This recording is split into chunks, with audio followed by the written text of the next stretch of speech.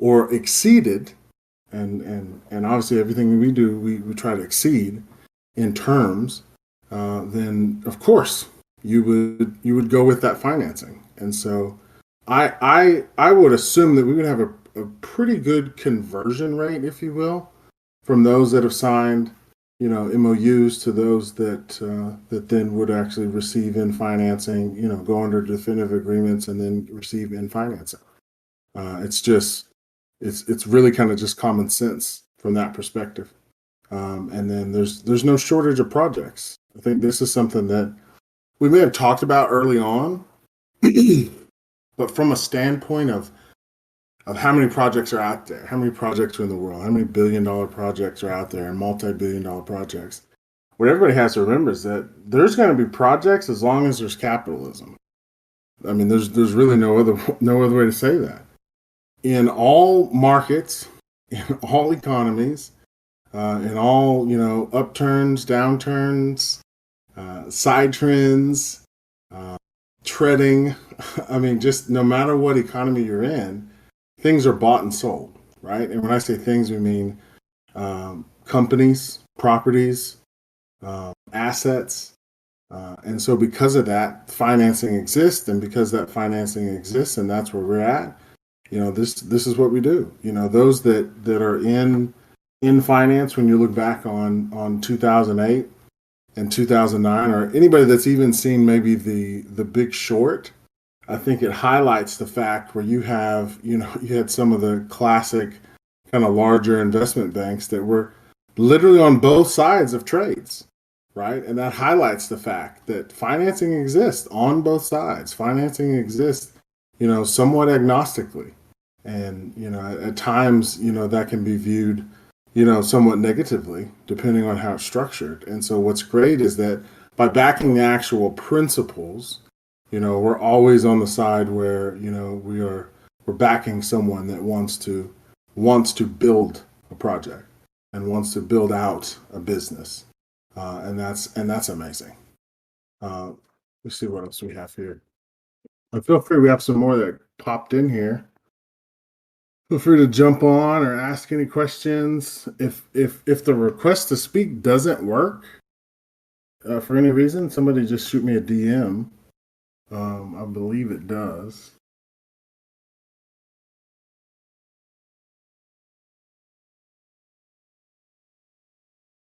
Let me scroll back up here on questions. So, excuse me. So we talked about the swap. The reason leaving the launch price at 17, one, that's where we came out, and that's based on that announcement. Two, we know we still have a little bit of educating to do on Treasury Plus, and so that's something that obviously we're finalizing now. Filings on that. When we always talk about we exist off chain and on chain, there has to be a blend. And so we've created some mechanisms because we want everyone to always know exactly where we're at, right? We can't have giant blind spots, right? We can't have giant kind of black holes when it comes to everything that we do and we're dealing with. And so based on that, we have some great solutions, and legal has been working nonstop. I think I don't even know how many hours have been logged from a legal perspective, even in the last 3 or 4 days. But it's very substantial, and that's as it should be, because we want not only, and again, we're not talking about from a protection standpoint. We're talking about from an efficiency and clarity standpoint. And so we're excited to share some of those things with everybody over the next day. Um, let's see, Domi here. Okay, let's see, providing clarity. Feel free to jump on up there.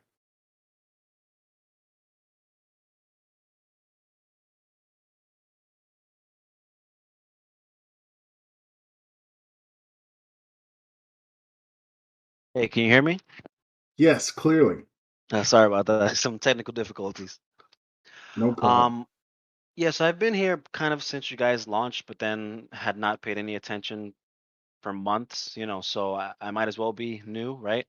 Um, and even when things are explained, it is kind of, business savvy, business heavy. A lot of the terms I don't quite grasp, or even concepts at that. So, in a broad sense, the goal of Fiscus is to take like traditional financing models for companies, but just rework them in a way where crypto and decentralization um, can do things that like traditional finance can't, and as such provide these companies a better term, a better way of financing, right? More or less. Yes, I think that's a good short answer for sure. It there obviously there's a lot more that it encapsulate, and I think the best way to think about Fiscus, and I need to spend a little time on this too because I feel like what you're saying is definitely the feeling of a lot in the not a lot, but a lot in the Right. community when it comes to just fully grasping that or what's the somebody had said the other day, which I thought was brilliant. Like, explain it to me like I'm 8 years old, right? Right. And Exactly. and right, and so when you think of Fiscus, start with the off chain, right? And looking at it from that perspective, it's saying, okay, what if we create a phenomenal project finance program for project developers where they're able to come in, the pipeline is full because the terms are great, because we have what amounts to 100% financing for them. And then take that, which would be stellar, off chain, fully stellar, no one doing that to this degree, no one having, really being able to build out the pipeline, build out the process, have a robust treasury, let's say that's off chain that would allow for this, and now link that with on chain. And so I think that's one way to view it. And so by doing that, what it does is it forces those original goals of adoption of crypto, of growth of crypto. And so that is in essence Fiscus. And that even sounds a little complicated. So we're going to have to work on that and really kind of just hammer that down even more. Right. But you were good in what you were saying. Yeah, Excellent. Awesome. absolutely. I do have a follow-up question, but in the middle of listening, I also have another question, and this one's Sure. short, but and I apologize if this is like a obvious one that's been gone over so No, many you're times. good. You're good. Go right ahead.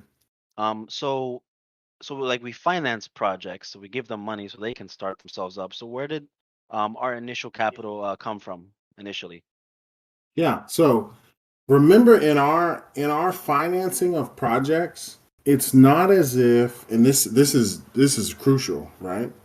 It's not as if we are saying, okay, we have a treasury and we are going to loan that treasury to this project. Okay. So let's say that I'm looking at in here in the audience. Let's say that Donny Fam has a project and we have the treasury and we're going to loan Donny Fam, some money for his project. If we were to do that, he now has treasury assets that he controls. We don't know necessarily how great he is potentially at managing projects. His body of work is what it is, but as they always say, right? Past performance is not indicative of future performance. So we Right. don't really know. We have a lot of risk that's associated with him or with any project if we were to just loan the assets of the treasury to him. If the project owners and developers even had the control over those treasury assets in that fashion, right? That would have a lot of risk attached to it. And so, step one is that when we talk about financing projects, we're talking about from a transactional perspective, not having any risk, but helping them to receive the financing. And I think one of the best approaches to thinking about it in a small way would be as if let's say that someone's going to buy a house and they can get 95% financing on the house and they need the 5%. Okay. but they already have a borrower, they already have someone they're going to sell the house to after they close on it. So what do? Well, we say, okay, listen, we'll put up that 5%, but you never have access to it. And we want to see that other buyer, which in the case of Fiscus is a lender. We want to see them come to the table. That way we know that our 5% is not at risk because it's not necessarily dispersed to them. And so by doing that, that's one tool of risk mitigation where, and even when you think of risk mitigation, we're making it so where the principal is not at risk, right? Because that's what provides us stable, consistent growth. And so that's like a small example of our involvement. We're involved in a leveraged way always. And it's not that we just seek leverage because of the outsized returns. That is an element, right? I mean, let's not consider it not to be. That's always an element. But it's more about the protection of the capital so it can be done consistently. And so that's how we would finance a project. So let's say the person, you said they're buying a house and they get a loan for 95% of the cost. Is that what you said? Yeah, let's say take that example. Um, so if the person trying to buy the house that needs the extra 5% never has access to the 5%, so I guess the fiscus 5% goes to who goes like how if they don't have access to it, how does it how is it useful? I guess. Yeah, how does it benefit them, right? This is what's the basis of project finance that is new for a lot of people, right? And that's that inside of project finance, you have things that are 100% different than any other form of finance that everybody would deal with. It's different than consumer finance. It's different than, mortgages and credit cards and really everything else. And so you have these elements of things called collateral reserve and set aside and contingency reserves and proof of wherewithal and proof of funds and proof of capacity. All those things mean in a boiled down version is that show us some assets so that we know that you are actually capable. Show us some assets so that we know that you have some wherewithal. And because it's 2022, and so much of this has been going for decades, different lenders have different approaches to that. Some lenders say, I'll give you a good example. There's a lender that's phenomenal. They do billions of dollars in project finance loans, but they require that cash funds be placed in a certain bank. You have others that require that instead of it being a cash fund, they want you to have a CD at a certain bank. Some, are into other elements where they want, blanket liens and bonds and various things. That's all up to them. And so the beautiful thing about the structure and really about the experience of the core team is that we've been able to hunt and find, over decades, right? Combined. I'm not that old, everybody knows that.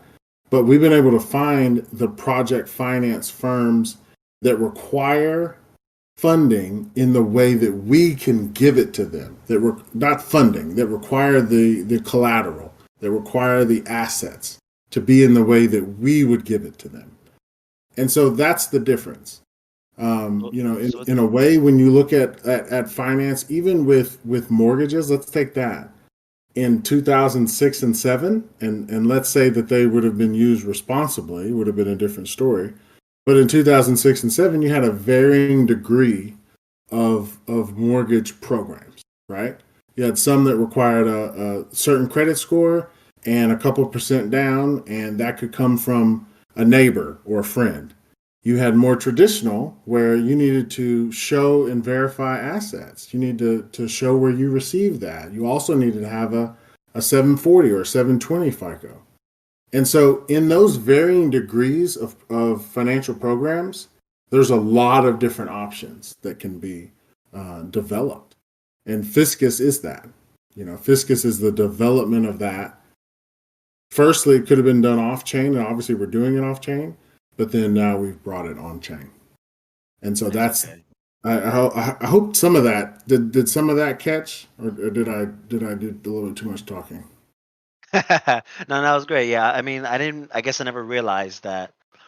Um, just like being present, like almost like a guarantor, just someone there. Like, yeah, they have it here. Like, you don't even need to actually give them ownership of it. Like, almost like a Right. posturing, so that the people can actually let them the money, just so they see. I didn't even know that was a thing. So that explains a lot, and that answers the whole question right there. Okay, Yeah, excellent. I And mean, in a way, think of it like a cosigner, right? It's like, right, exactly. when you think of a cosigner, their income isn't necessarily verified. Let's say for a loan, it may be their credit score. They're another name that's there. Well, the great thing about from a corporate perspective is you have corporate guarantees. It's something that's not really talked about because again, in most in most of our lives, it's not something you would ever deal with. I mean, you could be a business owner for 20 years and have $100 million business and never get into any of these concepts because there isn't necessarily a need,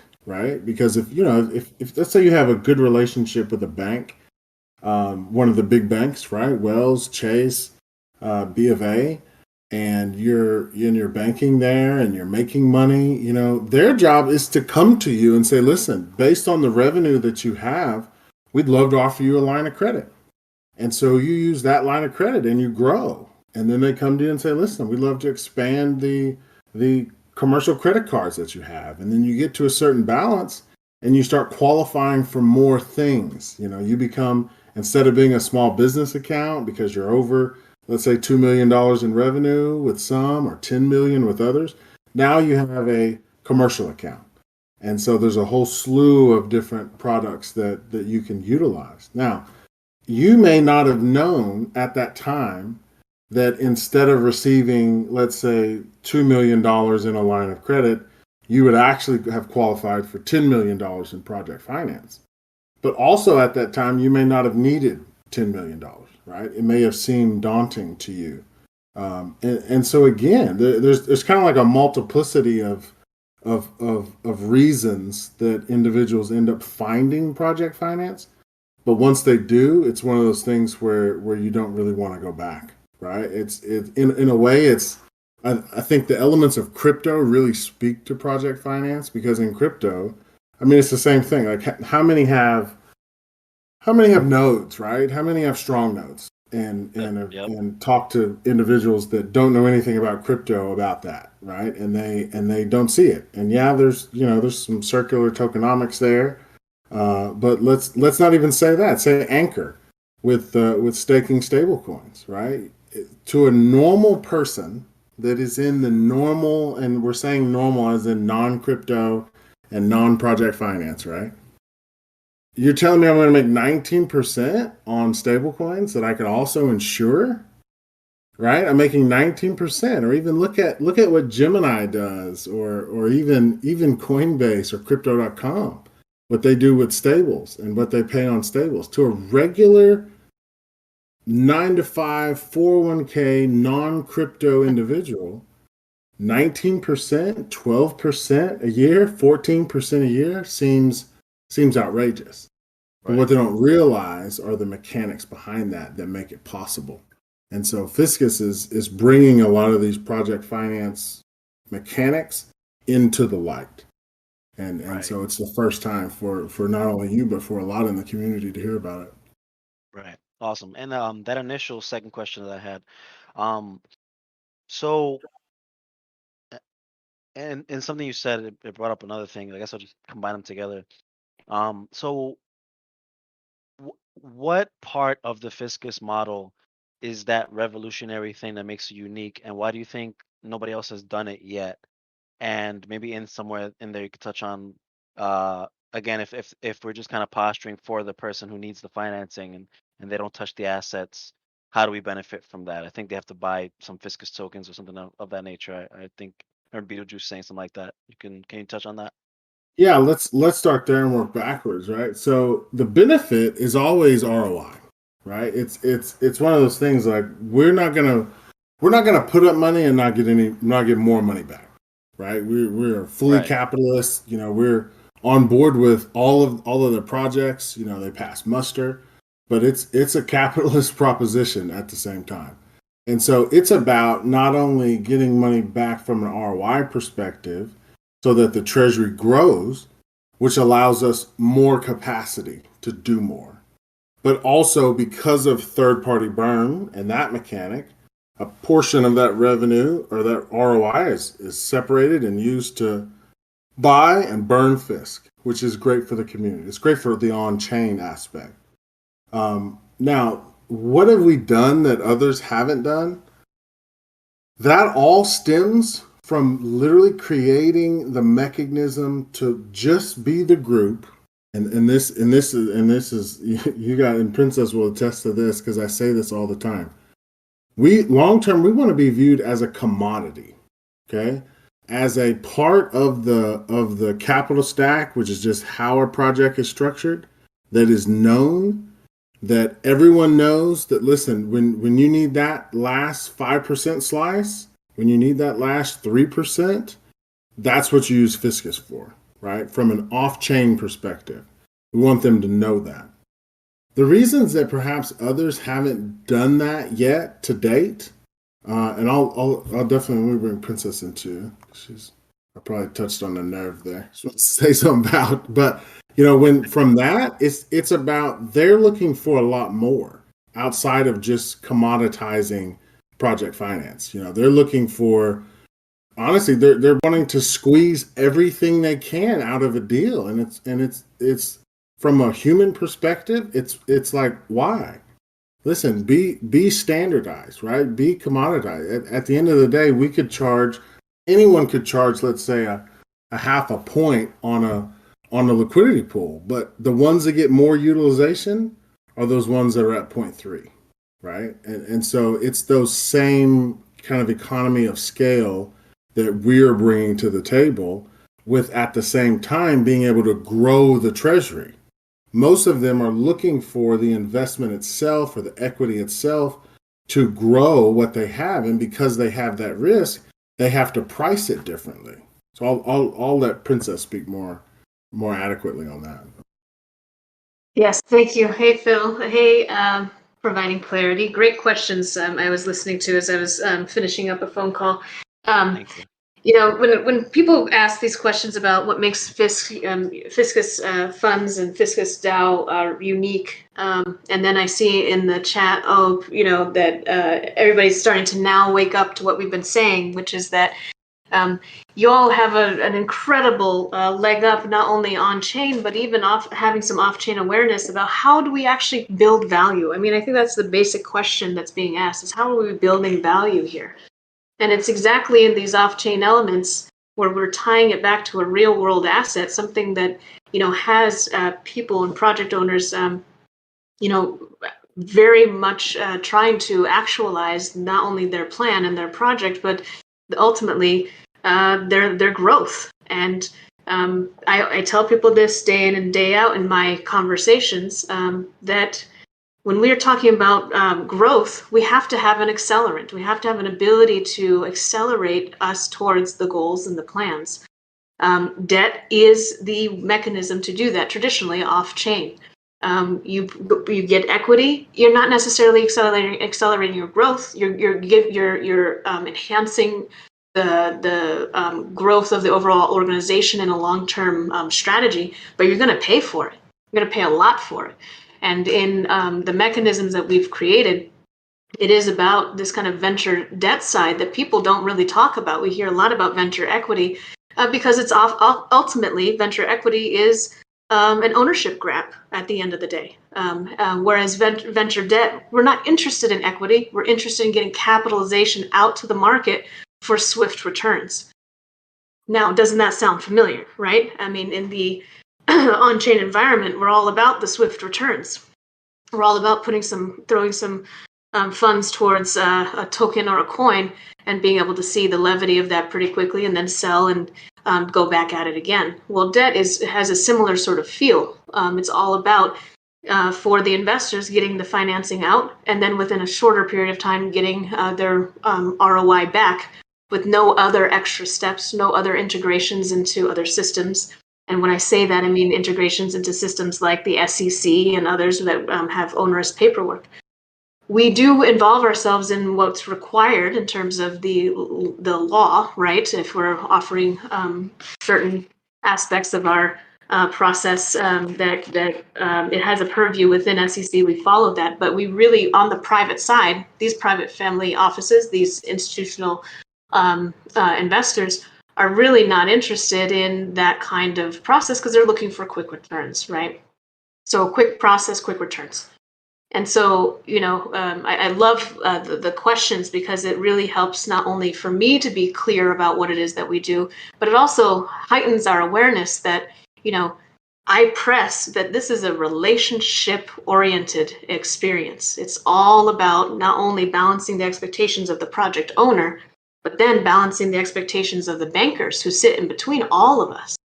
Making sure that these bankers are very clear on what this capital can and should be doing in the project's space and capacity. A lot of us tend to forget that because we just kind of know the banks are there. Well, we actively engage our bankers as service providers to the point where I will sit down, and some project owners in this conversation know this, I will sit down with the banks themselves to really explain the process so that there's no trip up of moving this kind of capital through the market. And so, when people are really focused in on project finance, it's one of the most lucrative sides of the financial industry because of exactly what I was mentioning, that momentum of having the wave of equity come into the market, and then the ebb of the returns coming back to the original investors. So it's an exciting part of the work that we do, but it is it's not something that's being currently practiced because we're talking about two complicated systems. Project finance is not just as easy as having a set of qualifications and then quickly underwriting it. You've really got to look at the risk assessments across the whole process, all the way to close. Because just because we get the money out, my worst nightmare is getting money out to community and getting it out to projects, and then it just sits there. Now I'm not really gaining anything, and there's no movement into the community to circulate the dollar, which is really the way that we're creating value. Is that by us having the token experience, there's circulation of the tokens that creates a tremendous amount of value based on obviously the tokenization that we've all been part of conversations with. But then on the project finance side, it's about circulating that capital, getting it out to the companies, having them grow their companies so that their revenue is nice and strong, and that they can get that capital back to us so we can get it back out to yet the next project in the queue. And so that's what I really love about this model, is not only does it set us apart, but we're using traditional methods. It's not, we don't have to hide anything because people who are in lending and finance, they know exactly what this is about. People who are, on chain, this is where there's that little bit of a gap. So, understand that it's a heavy load off chain that we bear. But it's really in an effort to share the circulation of that kind of capital back to a democratic process like an on-chain process. And that's why I'm thrilled that you guys are so engaged. You guys ask such pertinent questions. And at the same time, some of it, what makes Wawea competitive, what makes Fiscus DAO competitive is that we have very strong mechanisms because of our actual proprietary networks that we've created over years of development and learning this system we call the money system.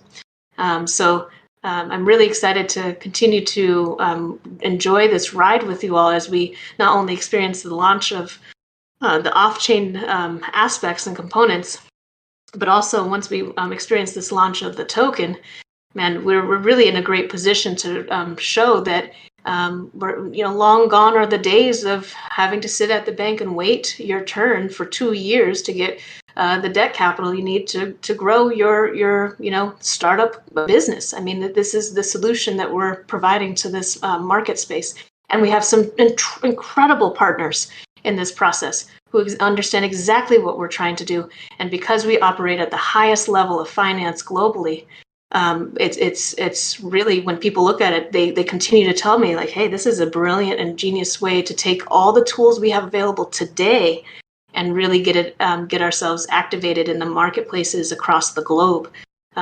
This is unheard of, to be able to put together a structure in the matter of months to really be able to lift the veil of not only project finance, but also what it actually means to be a participant in a DAO community where you've got some good assets. You've got something that you can rely on, that you know is gaining in value as more participants come on board, as more institutional investors put up their stake, and as well as the projects that we continue to finance.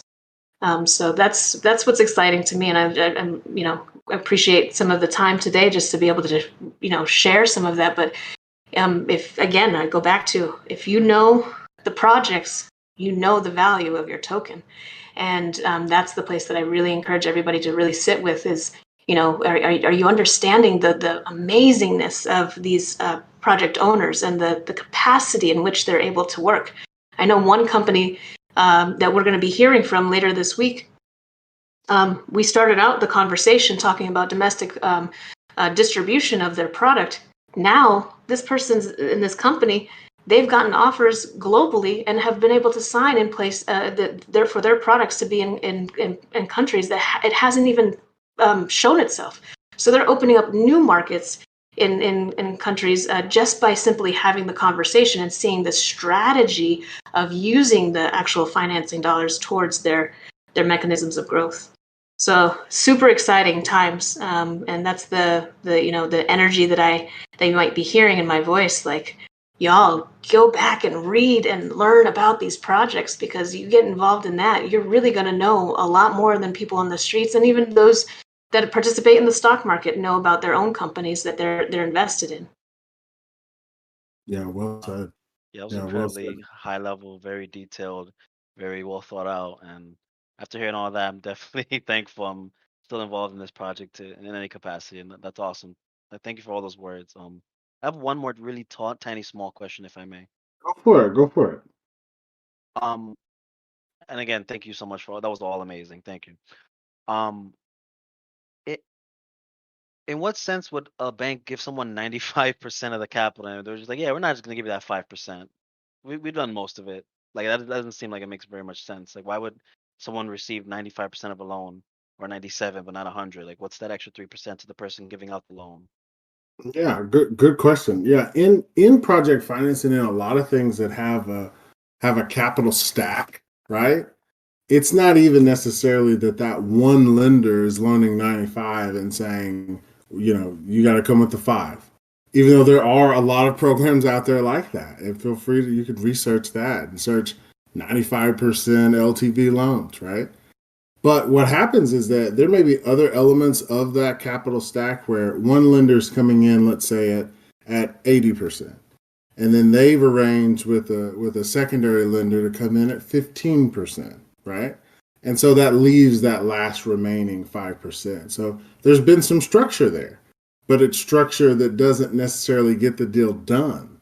Because again, if you're talking about $100 million, it's still $5 million. And if you're a newer project or a newer concept that's proven, you've been in an industry for decades, you have the ability, you've put together a stellar team that also has the experience. You may have brought in a contractor that's done not only what you need them to do, but 10 times that. You may have brought in an outside management company or a project management firm that has the ability to really see your project all the way through. And so you could have taken care of all deficiencies that are weaknesses or perceived weaknesses, and yet you're still missing that 5%, which is $5 million. And so that piece, that last piece, is always the most expensive in traditional finance. And it's the hardest to get because normally it's equity. A lender's not going to come in, let's say, normally and say, okay, well, there's 2 lenders in front of me. I'll sign up and I'll be the third, right? They want equity.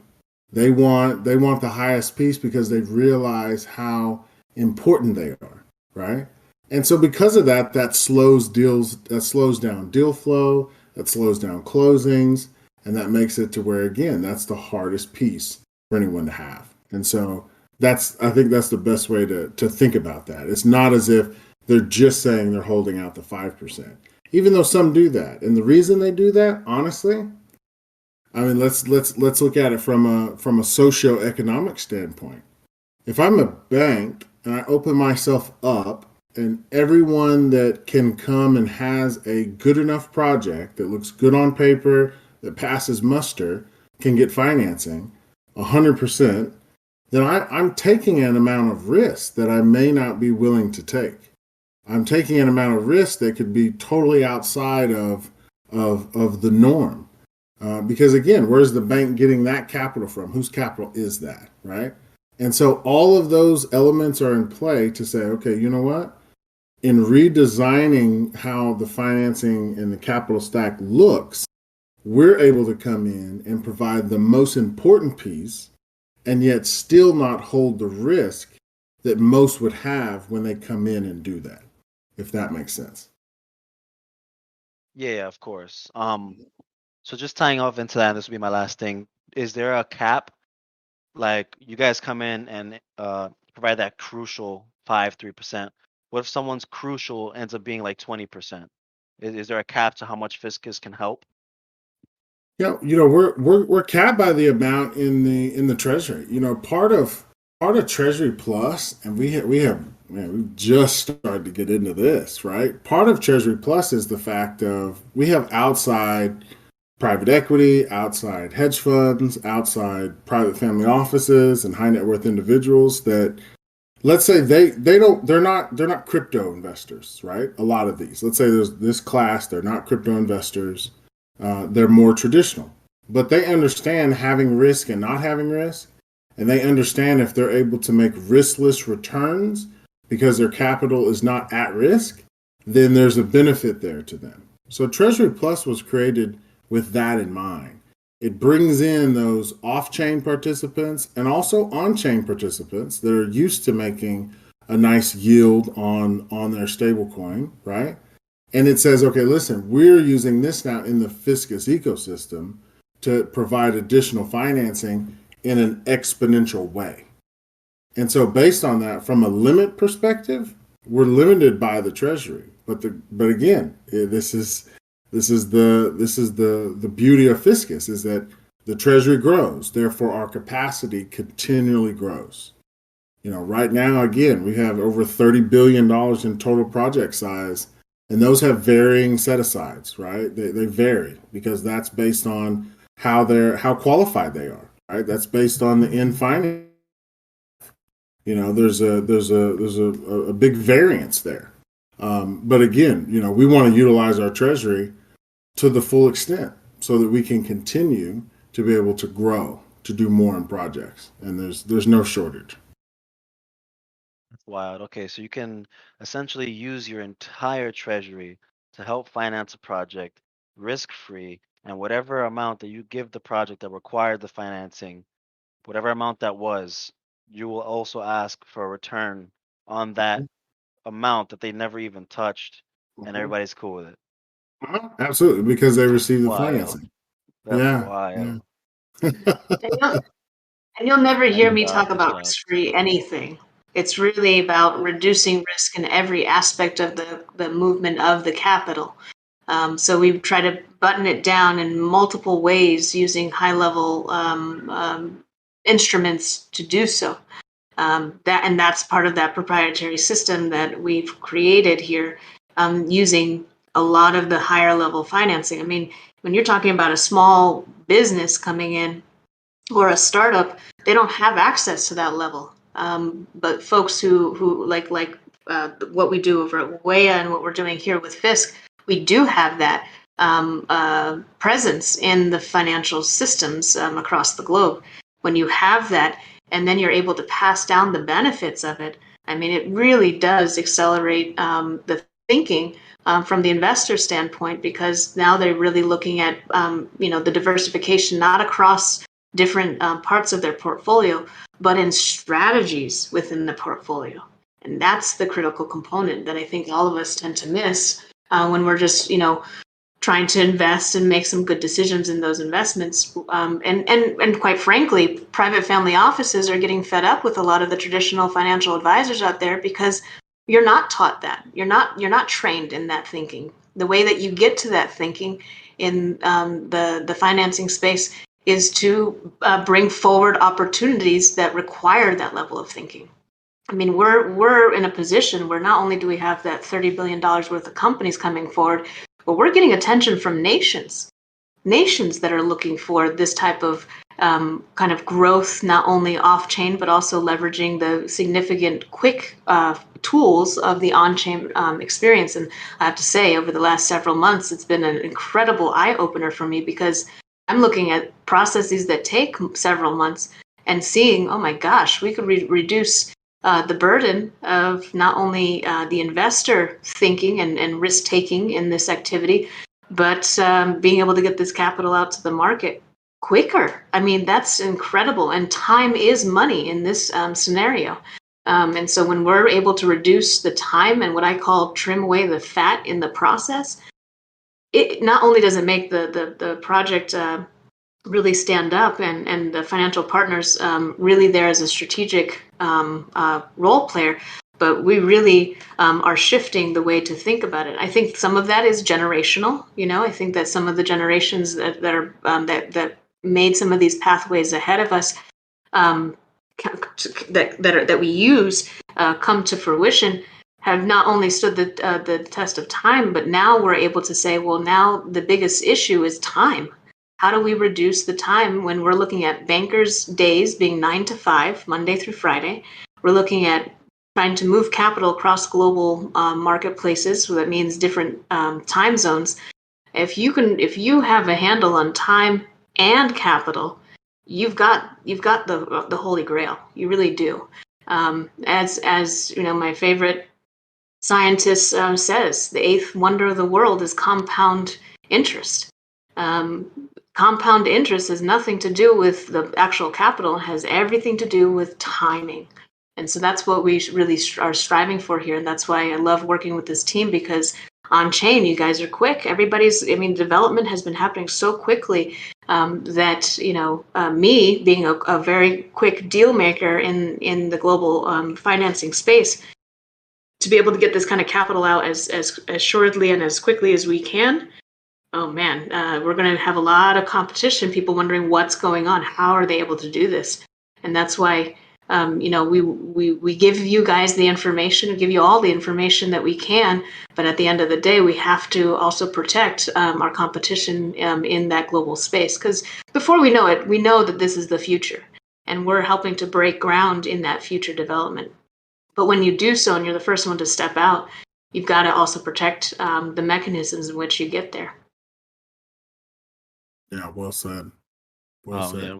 Revolutionary ideas are far and few between. So very, very big congrats to you guys. I shall be participating in any capacity that I can, which is, I assume, just buying more tokens and buying more NFTs.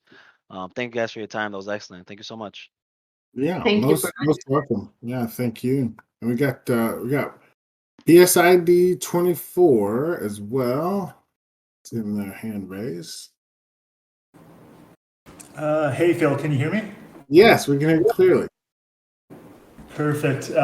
Thank you guys for doing this. And I mean, it's hard to really put into words how excited I am for the project. But a question that's been asked several times, I'm sure that a lot of the community would want to get some feedback on this. I know that you mentioned in the announcements that you're going to be touching on Treasury tracking and how everybody can follow along with that. But I know a lot of people are curious just as to where that 100 million may be coming from. Like, I know Princess mentioned in the AMA that 5 million is going to be coming from 50,000 token purchase over the course of 10 quarters. So that accounts for that 5. But the other 95, I know some have thought it may be coming as a bridge loan or as income from a project, or just other possibilities that are out there. So just at a high level, would you be able to provide some clarity, you or Princess, on where the other 95 million is potentially coming from for the Treasury? Absolutely. Love to, and love to have this platform to do it. Treasury Plus, off-chain Treasury Plus participant. We can say that now. There's a official filing that's being made, which is a Reg D filing. I won't speak too much on that because I don't want to get out of school on that. But absolutely, we've structured Treasury Plus to not just exist on chain, right? Because again, by doing so, we roll out an entire segment that can help all of us to not only grow exponentially, but also participate in this in crypto, perhaps for the first time, even if at an arm's length. And so I know the filing will speak to that. All 100 million, fully available on balance sheet. And it's really the first of several Treasury Plus participants. There's some initial conversation with some others. We know that others will come to the table because from the standpoint of the APY, right, offering the on-chain normal APY that we would be accustomed to inside of a protocol to a normal brick and mortar family office or PE, and still giving them, most importantly, that risk mitigation is very exciting. It was something that inside of Fiscus Plus, inside of Fiscus Central, we really thought about not kind of rolling it out initially. We didn't want any specific kind of well class to be able to develop from these outside, PE and venture capital to be able to come in and really kind of scoop up in a large perspective and kind of overrule the community. Because if we did that, then it's almost like, what's the point of the community? Because then we're basically becoming fully off chain again, right? And so, short answer there: off chain Treasury Plus. The Reg D filing will speak to that. It's preferred equity for those that are in that field that would think in those terms, and we're very excited about it. And again, so not a loan, not a bridge loan. For that, as far as the structure goes, but it's something we'll go from. And just share too that, remember, crypto has just recently been seen by, at least in the U.S., as something that the SEC is just recently starting to follow. So some of this is also about timing in the market and timing in the regulation space. Because again, because we're off chain on a lot of these types of transactionary movements and events, we have to be mindful, right?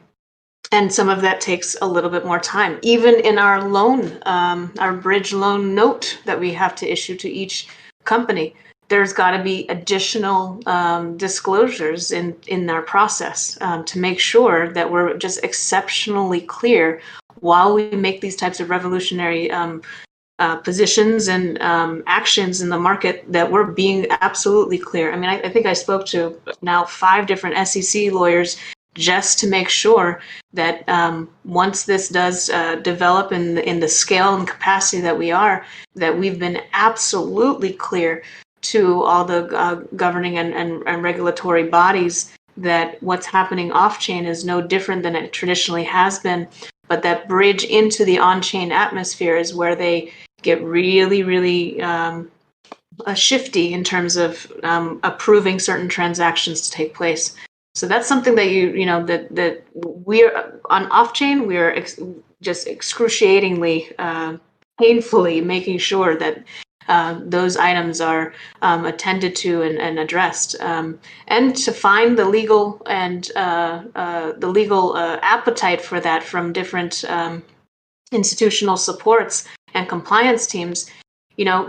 A lot of lawyers, a lot of SEC lawyers don't have a lot of experience with these types of filings, these types of negotiations, and these types of terms. And so we really have had to do quite a bit to make sure that our legal team, which is 60 lawyers deep, just here in the United States, is ready to put together the offerings that are necessary for these transactions to occur. So, when we talk about it, we use these kind of industry terms, We have to, because there's direct definition back to regulatory bodies. Again, something that you don't necessarily see on chain too much, but something we have to be excruciatingly mindful of. Awesome, thank you for that. And with these, like with the lawyers that you're working with and with the regulations that are currently out, I mean, anything can happen in the future, and the SEC could change regulation on a moment's notice, but with the lawyers that you've spoken to that may have some experience or are really researching into this topic in terms of the legality around everything, do they have any insight into thinking with how we're structuring Fiscus, with the Treasury Plus, how all of these different off-chain entities, whether it be PE firms, VCs, hedge funds, etc., are able to participate in Fiscus? Do they think that maybe what's occurring right now might be grandfathered in moving forward, or do you think that having all of this money flow into Fiscus from off-chain could present a potential risk when regulations do change? And have you guys thought of potentially having to restructure the Treasury, like Fiscus Central and the Treasury Plus part of it, quite substantially when that time comes? It's a great question, because the truth is day by day, every day, as more and more folks in the regulatory bodies are really understanding the mechanics and the mechanisms on chain, it's really about staying up on the most recent developments. And I can say that from my conversations with the SEC attorneys that I've spoken to, we're using mechanisms that are used off chain, whether it be the formats of the agreements and just really being explicit about the disclosures, which is really what the SEC looks for. Are you letting your investors know the level of risk that's involved in what you're doing? Do I see future risk in terms of our structural risk? No, I don't, because every single lawyer has also said, yeah, there's a mechanism for that. Yeah, there's a contract for that. Yes, there's language for that. It's just a matter of applying it to an on-chain atmosphere, where really we have a blank slate to be able to really start to implement movement, and that kind of creativity is necessary for us to create the future of how we can do this kind of blended all-chain financing experience. And so, again, the SEC attorneys that I talk to, there's no question about what are you trying to do here. That's never come up. And at the same time, when they do ask, okay, draw me the structure about what's going on. And I think in the chat, if you guys are interested in exactly the structure and the movement across the different funds, and how that impacts the financing of the projects, and then therefore the value of the token, they love it. They think it's just exactly where we are, and so they're actually able to work with a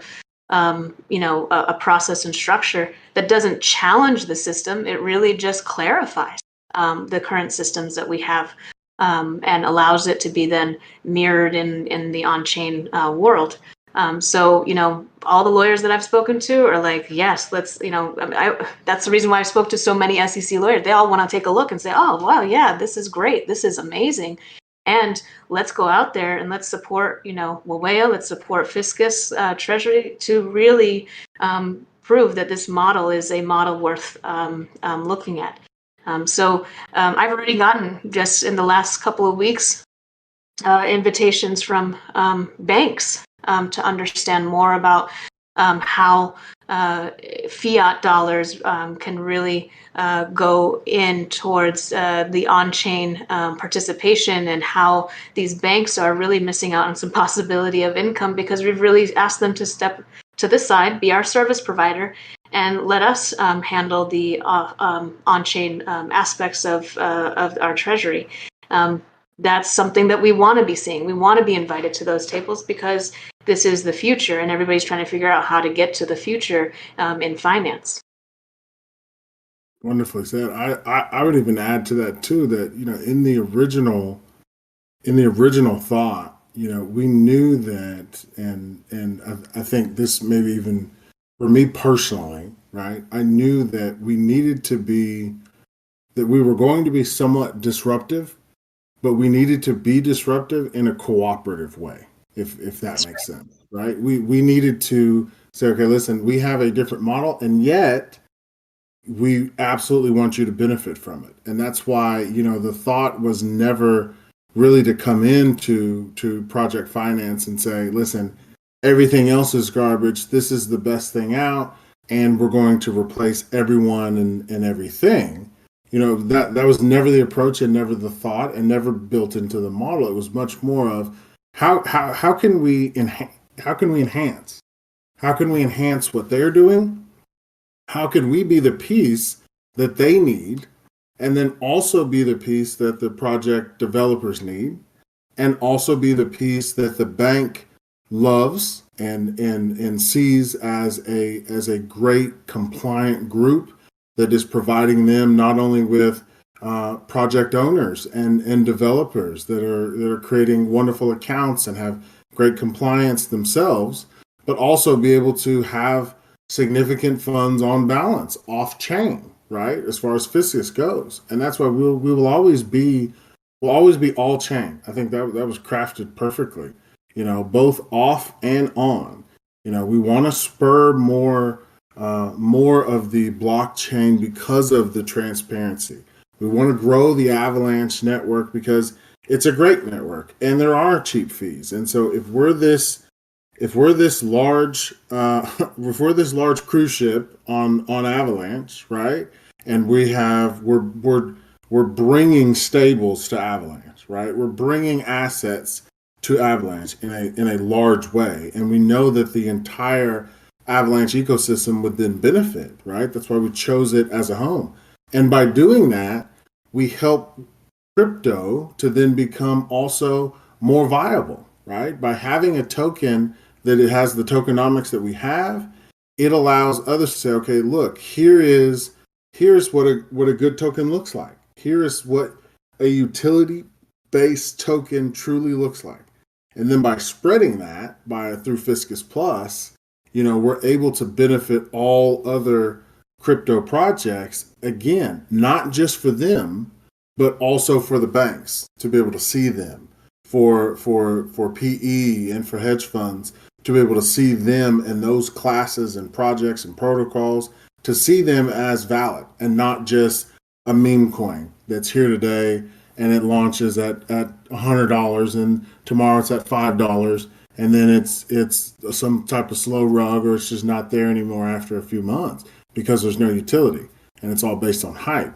That's the entire agenda of Fiscus, and so doing it in project finance is it's a way. I mean, there's no way to do this outside of project finance, and it doesn't have the impact outside of project finance. That's amazing to hear. One of the biggest, I guess, things that I considered risk this entire time was not necessarily the project itself, was just more so the regulations moving forward. As in the crypto space and DeFi, most people consider these projects as a get it while the getting's good type of mentality, where you get in early, you secure your bag, as they say, and after a while it just dies out because there's a lack of utility. Whereas Fiscus, I believe, is the opposite of that, where it starts with utility and it has the potential to be that long-term project. The only thing that I ever thought could be a potential risk down the line is just regulation changes. But thank you, Princess and Phil, for clarifying that you guys are on top of the legal aspect of it on a daily basis, because for me personally anyways, my opinion is that this is definitely a project and a token that could eventually be a blue chip. And for those that may be listening, again, not financial advice, but when people ask, am I early, am I late to the project, can I still get in? With how I see Fiscus structured, whether you're in today, whether you're in 2 months from now, due to the tokenomics at that point in time, in that moment, you will be early compared to where it will be 3 months later. And that's a personal opinion of mine. And correct me if I'm wrong there, but again, thank you guys for the time and the responses. My biggest thing was just the the legal aspect moving forward. But if the lawyers and the team is on top of that on a daily basis, then I trust that Fiscus will do whatever it takes to remain in good legal standing and relevant for the foreseeable future. So thank you guys, and I'll pass it on to whoever wants to ask the next question. Nice. Thank you, BSID too. And I would add to that and say that I'm a paranoid person. Not in the too eccentric sense, but again, it's one of those things to where not only from a compliance perspective, but even from a personal perspective, being here, being known for Fiscus, what that means, right?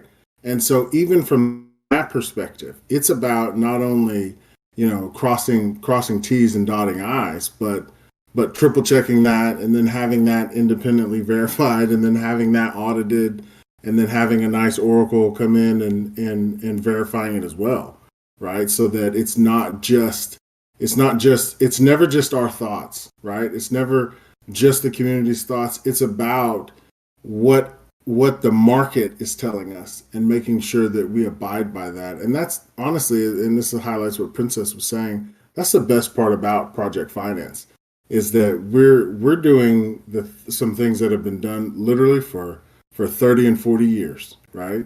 We're just doing them slightly differently, right? When you think of search, and everybody, of course, nowadays use Google, but I mean, come on, you guys remember Lycos and Dogpile and MSN and all these other groups, right? Like, we have the benefit of learning from others and taking what they do and making it better.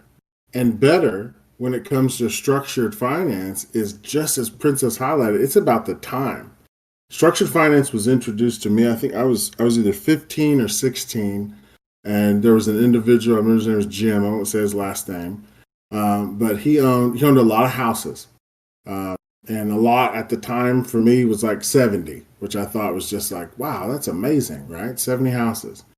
And he talked about the structure of how he bought them. And I thought it was so brilliant. And this is how he broke down the benefits of terms over price, and really kind of set me on a path when it came to structured finance. He talked about the fact of, he said, listen, if I have 70 houses, and what if I can sell you all 70 of these houses?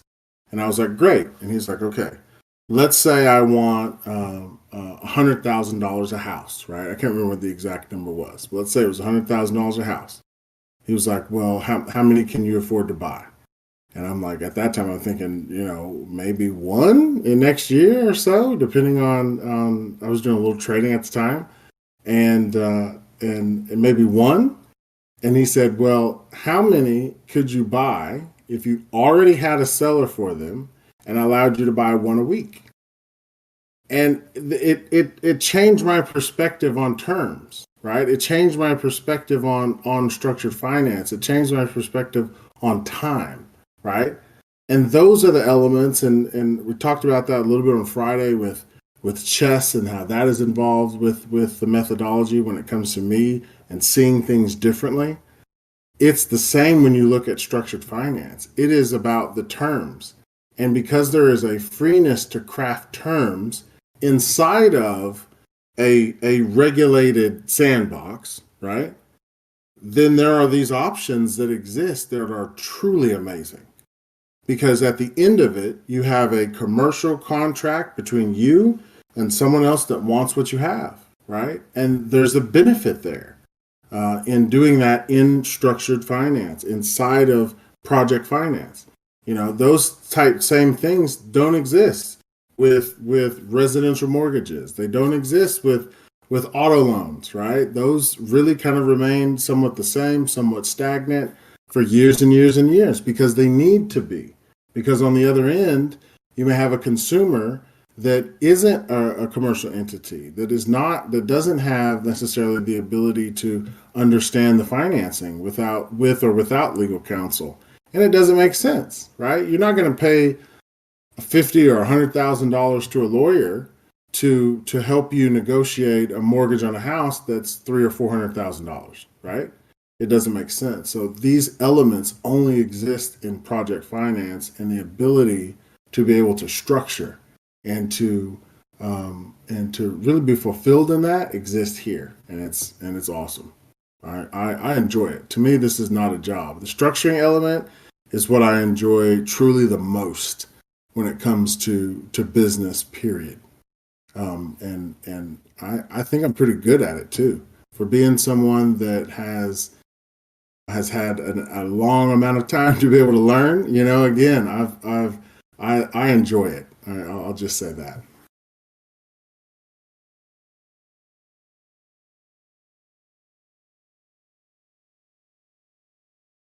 All right. So if anybody else has some more questions there, I think B said maybe one more comment there. Yeah, this is just a little bit more lighthearted, but kind of changing pace here. But in Q4, we're anticipating a Fiscus event. Is there anything that you can tell us about what that might look like for the community? We know it's going to be amazing. We don't, as far as planning goes and all that, super early stage. Know what we want included. No, we want it to be a fun, phenomenal kind of congratulatory year-end type of event, but nothing more than that. I think location hasn't been chosen. Obviously, launch and all that is much more important. But it will be fun, to space. Not in a debauchery sense at all. I think we're pretty conservative from a core team perspective, but at the same time, we like Vegas, and so again, it'll definitely be fun, and just really a way for the community to network physically, right? There's an element that I feel, and I think I echo probably Princess sentiments and Kyle. I see Kyle out there too. His sentiments on the fact of there's nothing like physically staring across the table from someone, right? And when it comes to business, when it comes to networking, when it comes to friends, we lose elements of that, on chain. Maybe we'll get some of that back with metaverse, with full body suits and the Quest 3. But for now, we that physical event is going to be great. Even just from that standpoint, we've thought about, as far as what potential doxing would look like or not looks like. I think that it may be something where we have maybe certain rooms where individuals that choose the docs would be in those rooms, and then individuals that don't want to dox, don't want to be asked, necessarily who they are. They could be in a separate space, because we want to respect that, because we do appreciate that about on chain. So it's still early in thought, and it's going to be fun for sure. Awesome. Yeah. Proposing considering, your chess experience, maybe a little chess tournament with a reward. And I remember you saying you were pretty competitive. So I feel like that's something that we could do at the meetup as well. I think that's a great idea. I think I definitely do. I'm a fan of the game. Like I really wouldn't say that I'm like that good at all.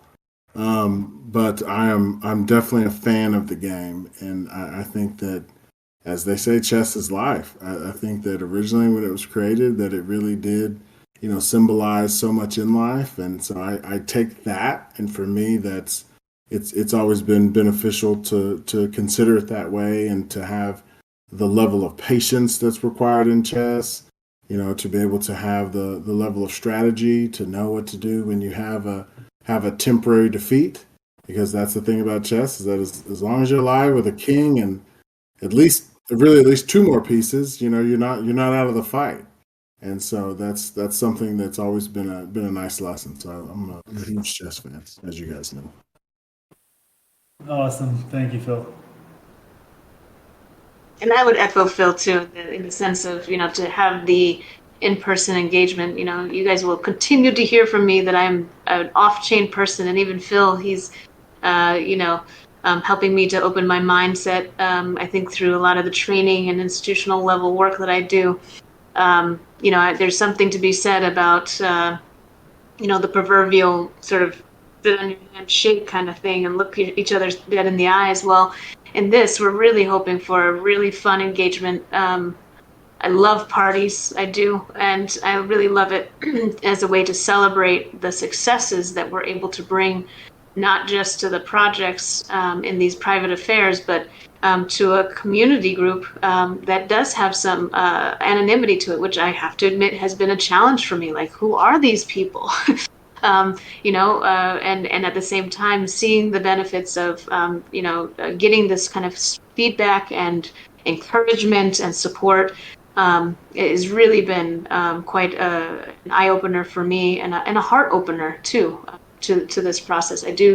I have experienced some challenges with some of the anonymity, and especially when questioning a lot of the efforts that we're doing off chain. But when you see us live, I think it'll also help to explain to you exactly how where do we get this energy from? How do we jump out of bed every day and jump on calls and get to the programming that needs to be done to solve these solutions. It's something that I'm really looking forward to because, as some of the team we know each other. Some of us we've just gotten introduced since working on this project together, and there's no better way to build trust in a team environment than to just work on projects together and get things built and done. Now to actually have that opportunity to hang out with everybody, to really see, where we can develop further. That's what I'm hoping for while we get together, is that synergy. I always, in communities, that really 1 + 1 just creates a whole bunch of opportunities. So I'm looking forward to that. And Vegas is here. So if that's a spot or location, I'm so happy to invite all of you out here to really meet the team and engage with us as real live human beings. Really wanting to get you in on some of these opportunities. That's exciting. Look, I'm just looking over some more of these questions here too. Want to make sure that any of those still are kind of outstanding, that we get those answered too. Some of them will be, 2 or 3 will be covered in the announcements here that will go out later this evening, in U.S. time at least. Obviously, we're launching on AVAX. Everybody knows that.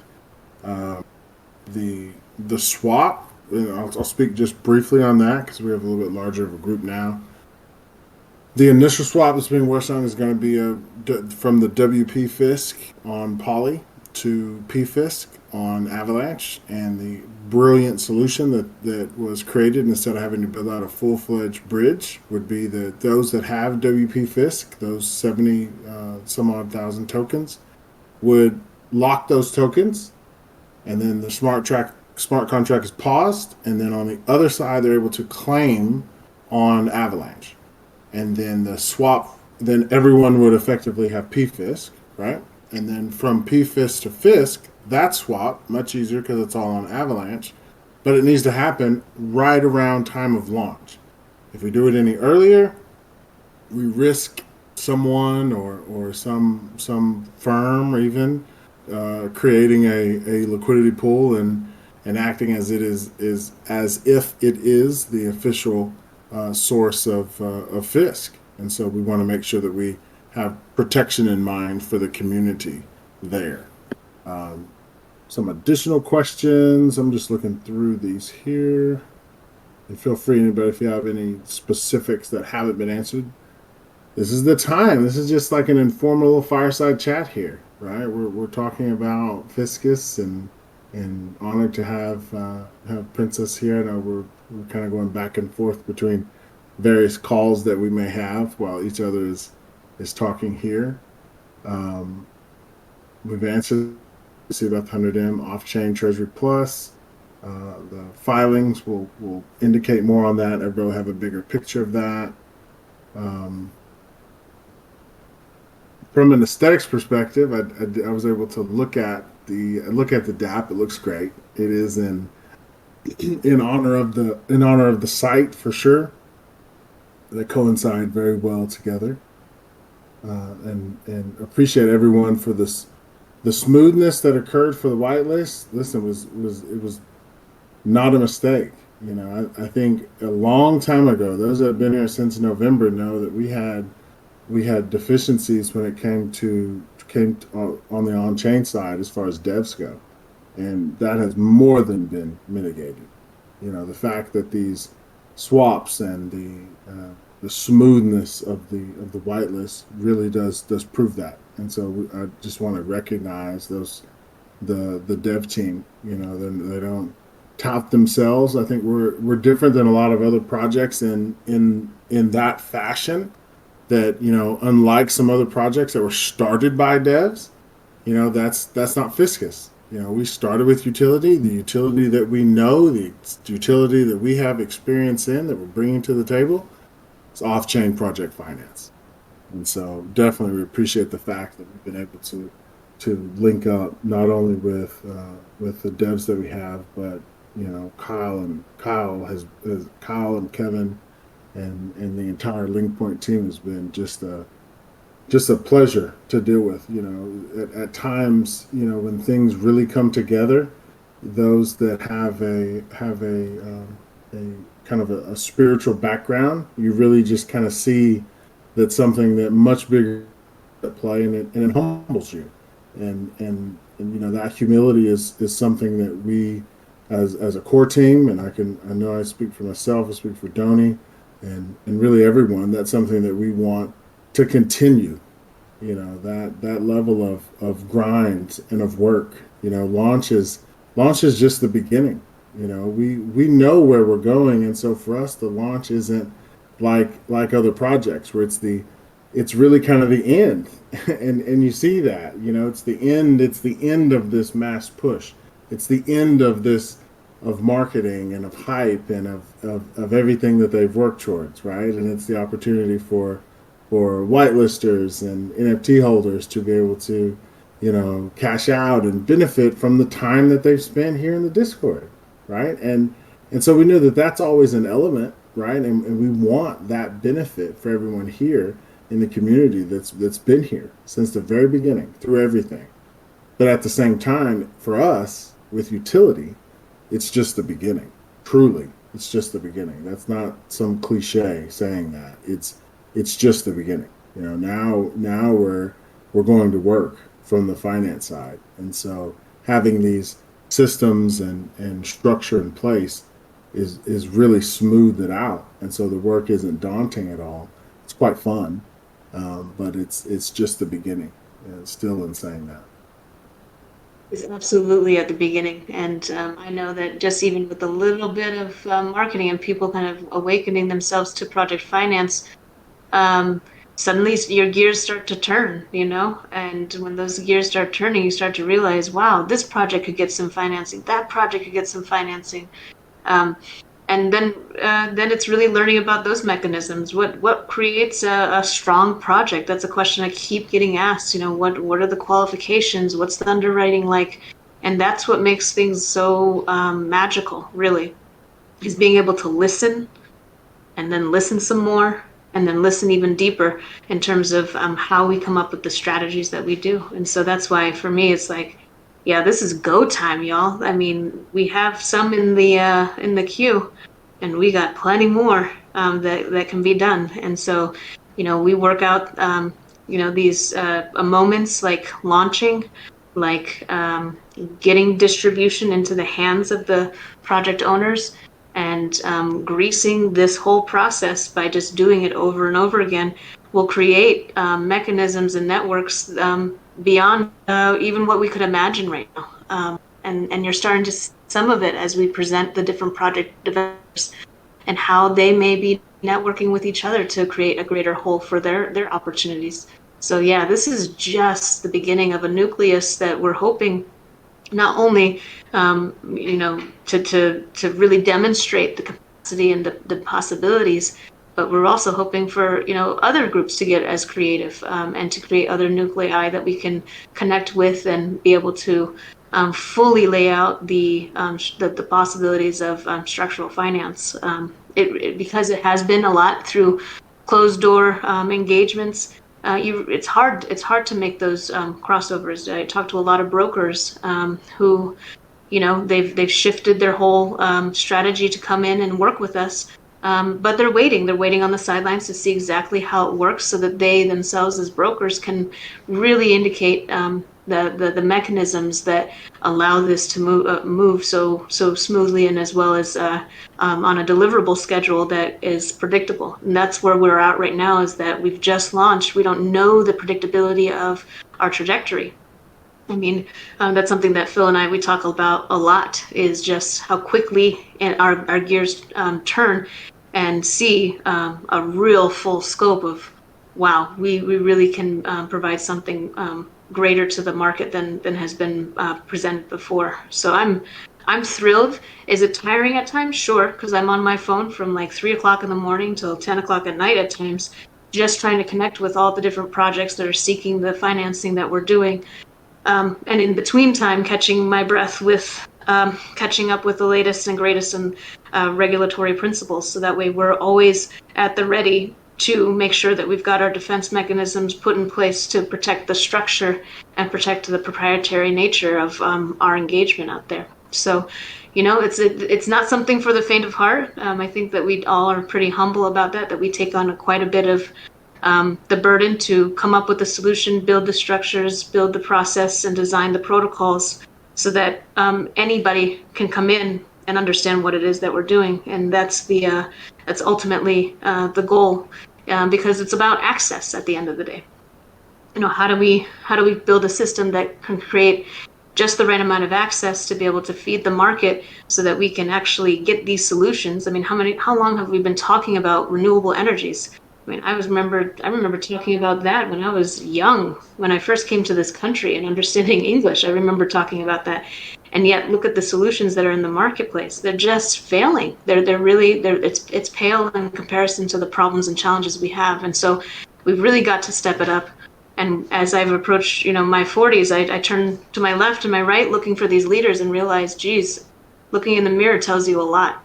And I think that that's something that I've really appreciated, is that every single member on this team that I've engaged with, we all hold ourselves to the highest standards of accountability and process to make sure that we're getting our leg in this journey done to its completeness, so that we don't, not only let the community down, but we don't let our fellow teammates down from a process that they may not understand. Just like I rely heavily on Dev, they rely heavily on me to really be able to present projects too, so we can get them into the pipeline as quickly as possible. Yeah, well said. Well said, absolutely.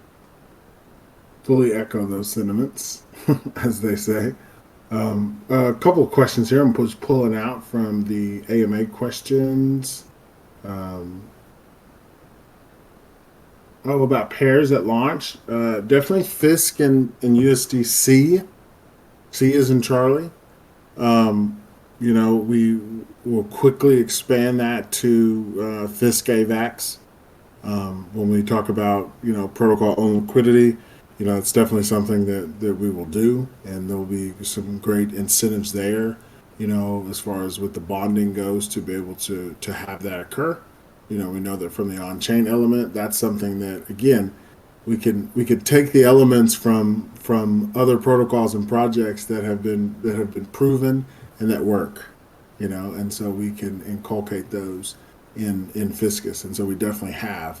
And as far as that goes with the bonding there, I'm excited about that and the impact that it will have on the Treasury. Because again, as we grow, when we look at the on-chain side, we have the ability from an off-chain perspective. Think about it in these terms. If someone has a treasury or a bag, right? And that's their starting point. That's what they have to work with. Well, the beautiful thing about being an on-chain protocol is that we're never limited. When we get up to the point of being fully issued as far as tokens go, as far as 100 million tokens, obviously at that point, we wouldn't have bonding, but also at that point we have everything that we've done and accomplished all the way up to that in terms of Treasury ROI. But when we look at it initially, We have the ability to scale very quickly, and it's something that's very hard to determine. And so I think that of all the things that we've expressed and that we've thought about, again, I go back to, I think it was Greg BK in the chat that really talked about, you know, prepare yourself for what crypto volatility looks like, right? Prepare yourself for that, but know and feel that the difference is what is actually going on as far as utility, and that utility is proven, that utility is decades old, that utility is not new, that utility is being done by experienced individuals, and most importantly than that, you have the projects. We have project owners here now, in right here now, in these 66 in the audience, and again, that speaks to Fiscus. Their involvement is something that makes us truly successful, and there is no limit to them, because there are a lot of projects that are not only in need of capital, but are in need and appreciate what we bring outside of the capital, right? And that's the community that we're forming. Somebody had asked months back, like, why not just do this off chain, right? Just do it off chain. Could we have done it off chain? Yes, without question. Purely off chain. Had it been done off chain in a small degree, absolutely. The difference, you don't have the same growth that you have with on chain, and there's an element. It's like knowing this. It's like saying that, okay, if we really believe, and I'm not saying this because I like big V8 engines, but let's say that if we really believe that electric vehicles are going to truly be everywhere in the next 3 years, and you had an opportunity to buy a vehicle and you didn't buy an electric vehicle, right? That is in a semblance what's happened here. We know that the off-chain world as we know it is shifting. And so why would we double down on the off-chain without including the on-chain element? Why would we double down on, kind of a community-less environment where we know where things are headed? And then at the same time, we see the impact of other projects and protocols that are on-chain. That's the biggest thing that we have to offer, and we have not even begun inside of Fiscus Plus, benefiting these other protocols. They are doing things that are truly amazing. They're doing things in finance that have not been done before. The ability, I think of Pendle, right? The ability to strip a token into the ownership token and the yield separately, or what in traditional finance would be corpus and coupon. The ability to do that freely and easily, and the implications of that are huge. Those that have been a part of lending pools and the ability to leverage back in. These are things that they're exciting to me because they're components of finance that you hope would exist.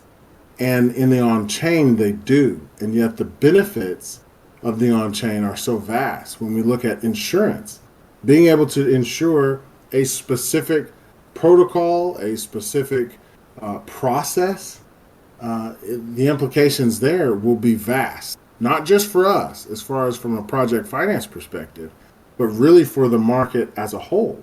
What could that do if you were able to offer that on someone that normally would have a 25% APR on a credit card, and now that goes down to 10%. I mean, there's elements there that will be big for humanity, right? And so why would we not want to reside in a place where that is all on the table? And that's what we're able to do, being on chain and not just being off chain. And so the vision is a lot bigger than just some token that we want to see rest on Saturn or Jupiter. It's a lot bigger than that. And so I would just highlight that, and appreciate everybody for their time. I think this is probably a good stopping point. We'll make sure we formalize the rest of those AMA questions in there. If anybody else has any big pertinent questions, feel free, put those in there. We want to make sure those get answered. We'll have the actual UI testing on the WP FIS swap that will be occurring here in a few short hours if they haven't already begun in the last hour and 45 minutes we've been on here. So we'll get some updates on that and just be excited for launch. We are, and those that want to learn more and do more and dive in, feel free to do so. Those that would have an interest in joining the coin committee, feel free. There's elements of what we're doing and being able to kind of traverse both the off-chain and on-chain that is so different. And because it is so different, we're the first in that. And so we're able to choose the level of transparency. And that level is as much as possible, right? That's the level of transparency. It's not let's not show this, let's not do this, let's really have these areas be separate. No, long term it is about let's be as transparent as possible so that we can push other groups when it comes to areas of finance, when it comes to areas of accounting, to truly know. And so in that vein, that's why we'll be putting out an announcement and everybody will be able to track exactly the assets that Fiscus has both off-chain and on-chain.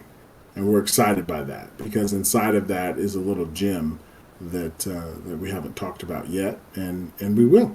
And so we're getting ready for launch. Everybody knows that. I know all of you are ready. All of you have certain plans specific to you.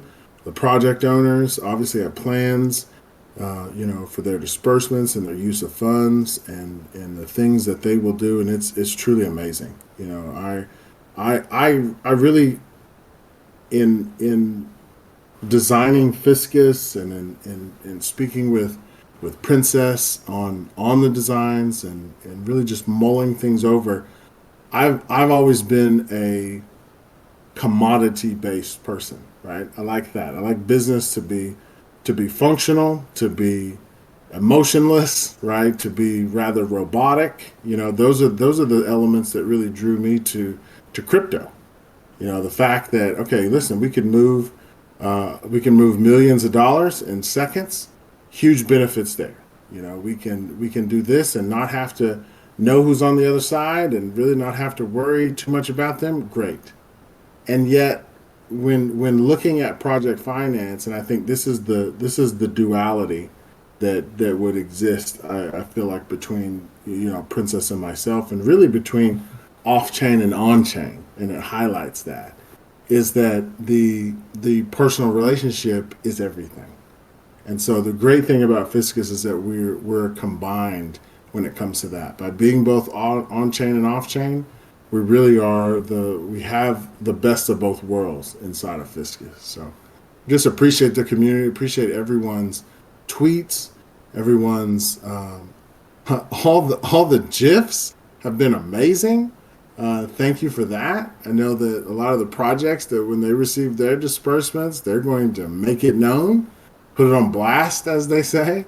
And we're excited the fact that they'll be able to do that and even talk in that way. Those that have been here since the beginning know that your support is not lost on us. You didn't have to stay, you didn't have to stick around, you didn't have to wait for the development issues to be fixed, for us to get over those hurdles. You didn't have to wait through all these things. We know that so many other projects have come and gone in the meantime, and yet you've stuck it out with us. And we'll speak a lot of this more at launch as well. But definitely a thank you from myself and from the core team, and just a level of appreciation. And it's something that will on us. At the end of the day, you're why we created Fisc and for it to be on chain.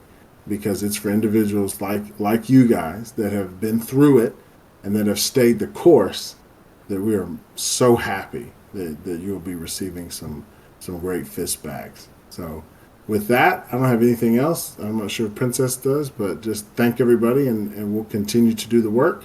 And thank you for supporting us in that. Thank you all so much. Really appreciate you.